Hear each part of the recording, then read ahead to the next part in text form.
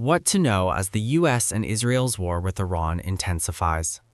Iran continues its attacks on petroleum-producing Gulf Arab countries, showing defiance in the face of President Trump's suggestion that the war, now in its 11th day, is likely to end very soon and is already very complete, pretty much. One woman was killed in Bahrain as an Iranian drone slammed into an apartment building. U.S. Defense Secretary Pete Hegseth said Tuesday would be the most intense day of strikes on Iran to date, but he said the administration's war objectives were quickly being met, claiming Iran's missile launch capacity had been degraded by 90% during the war. Israel's Prime Minister Benjamin Netanyahu has also not spoken of a quick end to the war, vowing Tuesday that Israel would continue striking Iran and also intensify its fight against Hezbollah in Lebanon. Oil prices dropped and stock markets rallied in Asia Tuesday following similar moves in the West that came moments after Mr. Trump told CBS News' Wei Jiajiang the war could end soon. Crude prices were down around 5% before daylight in the U.S., and European gas prices sank 15% after soaring as much as 30% on Monday before Mr. Trump's remarks.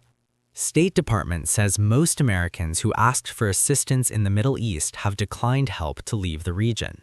The State Department on Tuesday said most Americans in the Middle East who had requested help later declined assistance to leave the region when offered. Most Americans who have requested assistance have declined assistance when offered, opting either to remain in country or book more convenient commercial flight options, Assistant Secretary of State Dylan Johnson said in a statement.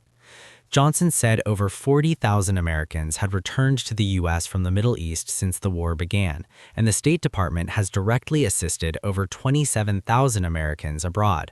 That assistance can include just providing information. Quote, while commercial flight availability across the region continues to improve, Department of State charter flights and ground transport operations continue to operate, Johnson said, but he added that the government's chartered evacuation flights were operating with less than 40% occupancy on average. Iran claims 30 spies and enemy agents arrested. The Iranian Ministry of Intelligence claimed Tuesday that 30 operatives, including spies, field agents, and media collaborators connected to the U.S. and Israel and what it called terrorist groups, had been arrested. Quote, a foreign national acting on behalf of two Gulf states as a proxy for the U.S.-Israeli enemy was arrested in Khorasan Rezavi. The individual had been gathering military and security intelligence in Iran and transmitting it to the Gulf states, which then passed it to the U.S.-Israeli enemy, the intelligence ministry said in a statement, giving details on one of the alleged spies.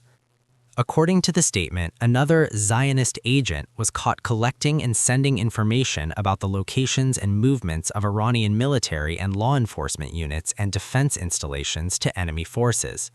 Iran regularly executes people accused of spying for Israel or the U.S.